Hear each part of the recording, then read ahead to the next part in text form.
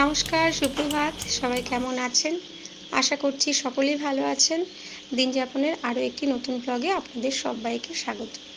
কথায় বলে যে ঢেঁকি নাকি স্বর্গে গেলেও ধান বানে, আর আমাদের সমাজের সংসারে ঢেঁকি হচ্ছে বাড়ির হাউসওয়াইফরা, যারা গৃহবধূ। শরীর ভালো থাক কি মন্দ থাক, ইচ্ছে করুক বা না করুক, সংসারে কাজকর্মে তাদের কিন্তু হাত লাগাতেই হবে। যেখানেই যান কাজে হাত না লাগালে চলবে না। যারা কর্মরতা আছেন, প্রফেশনালি কাজবাজ করেন, তারা তো তাও সপ্তাহে একটি দুটি দিন ছুটি পান, কিংবা শারীরিক অসুস্থতার কারণে ছুটি পান, কিন্তু গৃহবধূদের কিন্তু সেই ছুটিটাও থাকে না, তাই না? তো যাই হোক, শুরু করলাম সকাল থেকে সেই রান্নাবান্না দিয়ে আজকের ব্লগটা। সঙ্গে থাকবেন, আশা করি ভালো লাগবে।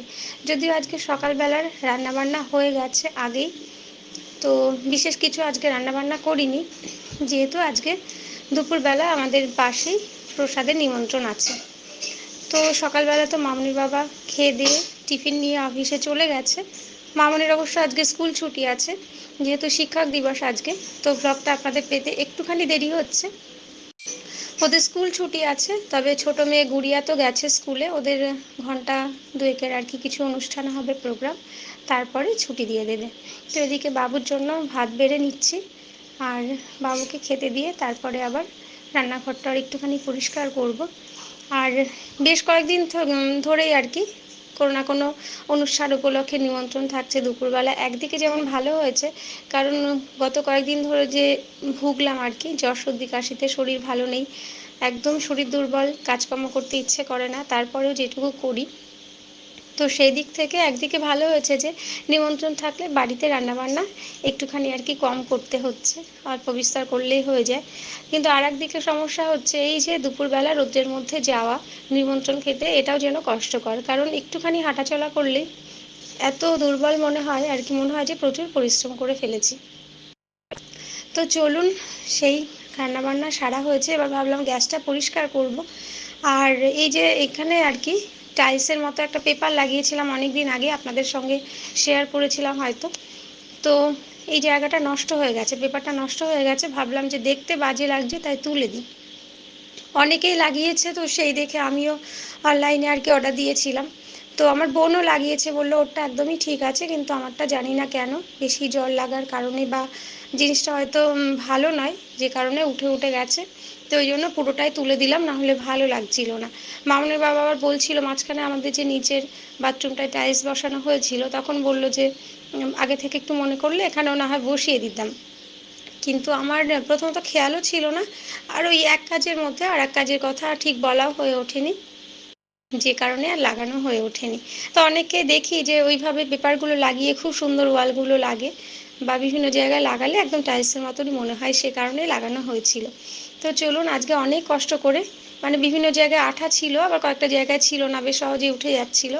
তো সমস্তটাই আজকে তুলে দিয়েছি, মানে একটা সাইড তুললাম, আর একটা সাইড অবশ্য আছে বেশ ভালোই।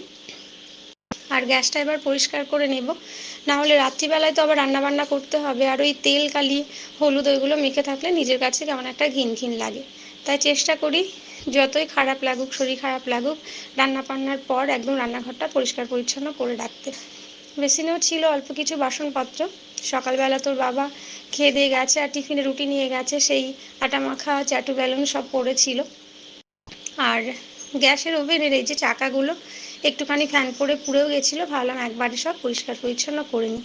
ফ্যানটা অফ ছিল অনেকক্ষণ ধরে, রান্না করার সময় তো আর ফ্যান চালানো যায় না, কারণ ওভেনটা ফ্লেমটা আর কি ঠিক মতো লাগে না, গ্যাস নিভে যায়। তো ফ্যানটা একটু চালিয়ে নিলাম, কারণ প্রচণ্ড গরম পড়েছে আজকাল, কয়েকদিন ধরে বেশ কটকটে রোদ দিচ্ছে, আর সেরকমই গরম। তো চলুন, আমার কথা বলতে বলতে গলাটাও ধরে আসছে, যেহেতু এখনও ঠান্ডা লেগে আছে, ঠান্ডা সর্দি এগুলো। তো রান্না বান্না হলো, গ্যাস পরিষ্কার হয়ে গেছে, বাসনপত্র মাজলাম, এবার যাব একটুখানি রাস্তার দিকে, কারণ ছোটো মেয়ে ছুটির সময় হয়ে গেছে, চলে আসবে একটু বাদেই। আর বাবু তো খেয়ে দিয়ে চলে গেছে, ওই যে বললাম যে বাড়িতে কীর্তন হবে, আমার মামা শ্বশুর বাড়ি, তো সেখানে স্নান করে চলে গেছে। মাও স্নান করে ঠাকুর ঘরে আছে, একটু বাদেই যাবে।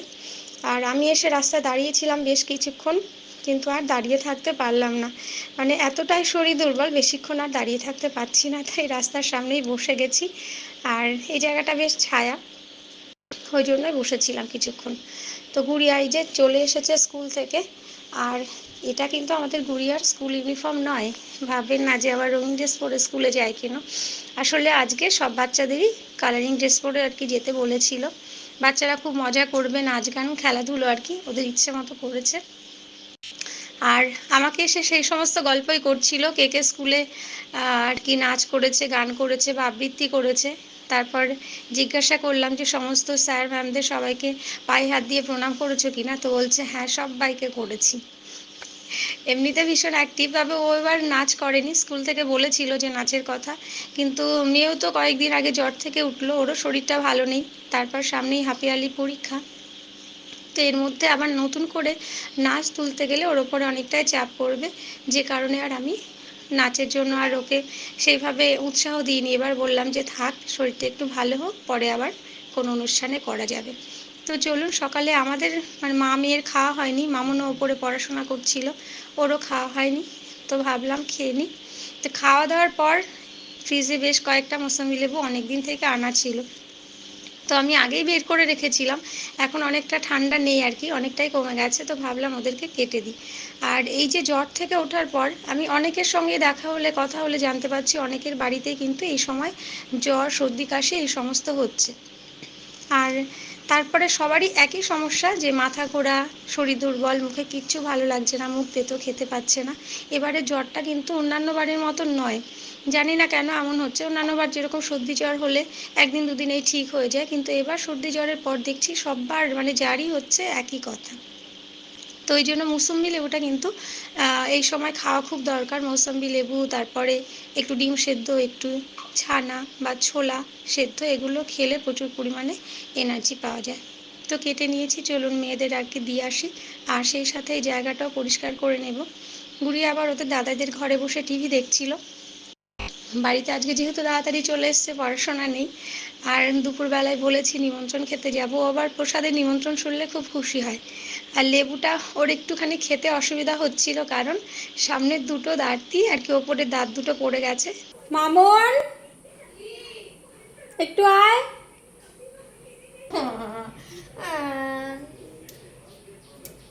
এমন ওপরে বসেছিল, তো লেবুটা মানে খেতেই চাইছে না, ঘ্যান ঘ্যান করছে।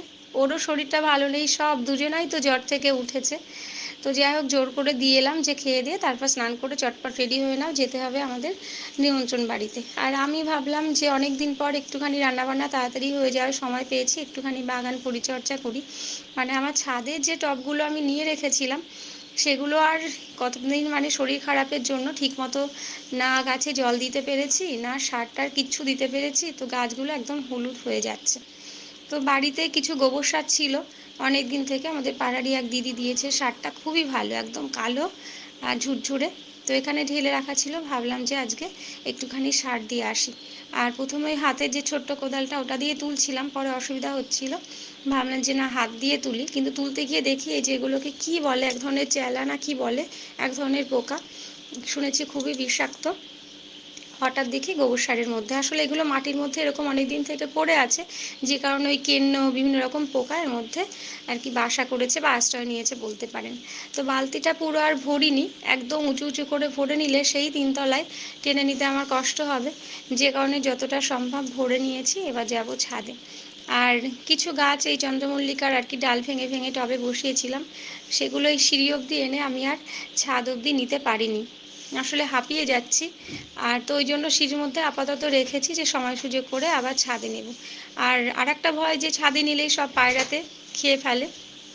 গত বছরও পায়রাতে আমার গাছ রাখতে দেয়নি, এবছরও তো আপনাদের হয়তো দেখানো হয়নি, প্রথম দিকে যে আমি চন্দ্রমল্লিকার ডালগুলো বসিয়েছিলাম একটাও তার নেই, মানে খেয়ে ফেলেছে সবই, তুলে পাতা কোনোটার হয়তো পাতা নেই, কোনোটা পুরোটাই খেয়ে ফেলেছে।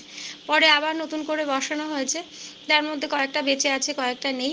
আর সেগুলোকে বাঁচানোর জন্য এইভাবে সেই পুরনো মশারি কেটে আমি ঢেকে রেখেছি। এই যে যেগুলো বেঁচে আছে তার মধ্যে কয়েকটা বেশ পাতা ছড়িয়েছে আর কি। আর আগের দিন বৃষ্টি হওয়াতে একটুখানি টবের মধ্যে দেখলাম জল জমে আছে, তো জলগুলো ফেলে দিচ্ছি।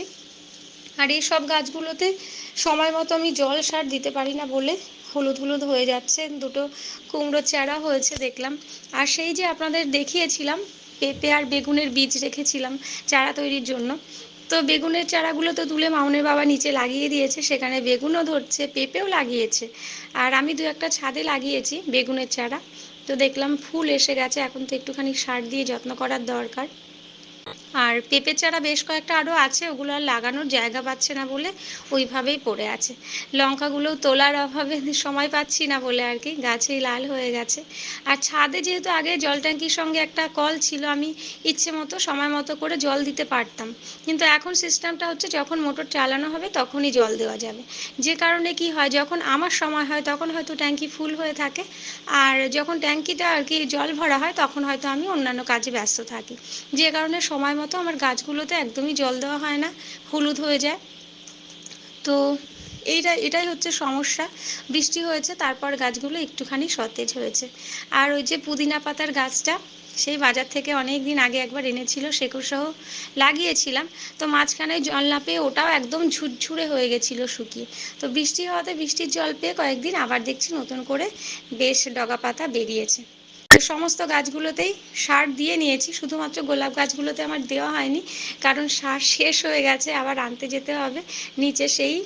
আর তার আগে আবার মশারি দিয়ে আরেকবার ঢেকে গেলাম ওই গাছগুলো টবে, না হলে সুযোগ পেলেই, ওরা তো ছাদেই বসে থাকে, ওরা বলতে পায়রার কথা বলছি, একটুখানি খোলা পেলে আবার ঠুকরে সমস্ত গাছ আমার তুলে দেবে। ভীষণ কষ্ট হয় জানেন, কিন্তু ওদের কিছু বলতেও পারি না, বলতে আবার পারি না, বলি তো, কিন্তু ধরা তো যায় না। আর ওরা তো বোঝেও না, না কি করব, এই হয়েছে এক সমস্যা। মামুনের বাবাকে বলেছিলাম ওদেরকে ধরে নয় খাঁচায় আটকে রাখো, আর না হলে কাউকে দিয়ে দাও। এই যে একটুখানি কষ্ট করে গাছপালা লাগাই, যদি তুলে দেয় কেমন কষ্ট হয় বলুন তো। আর যা গরম পড়েছে, প্রচণ্ড রোদে, ওই জন্য মাথায় কাপড়টা দিয়ে নিয়েছিলাম। তো চলুন, সার দেওয়া হয়েছে, মাঝখানে গাছগুলো একটুখানি ওই নিড়ানি দিয়ে খুঁচিয়েও দিয়েছি। আর এবার স্নান ধান করে যাব নিমন্ত্রণ বাড়ি। তো সকলে ভালো থাকবেন, সুস্থ থাকবেন। আজকের ব্লগটা এখানেই শেষ করছি, দেখা হবে নতুন আরেকটা ব্লগে। আজকে রাখি, আজকের মতো টাটা।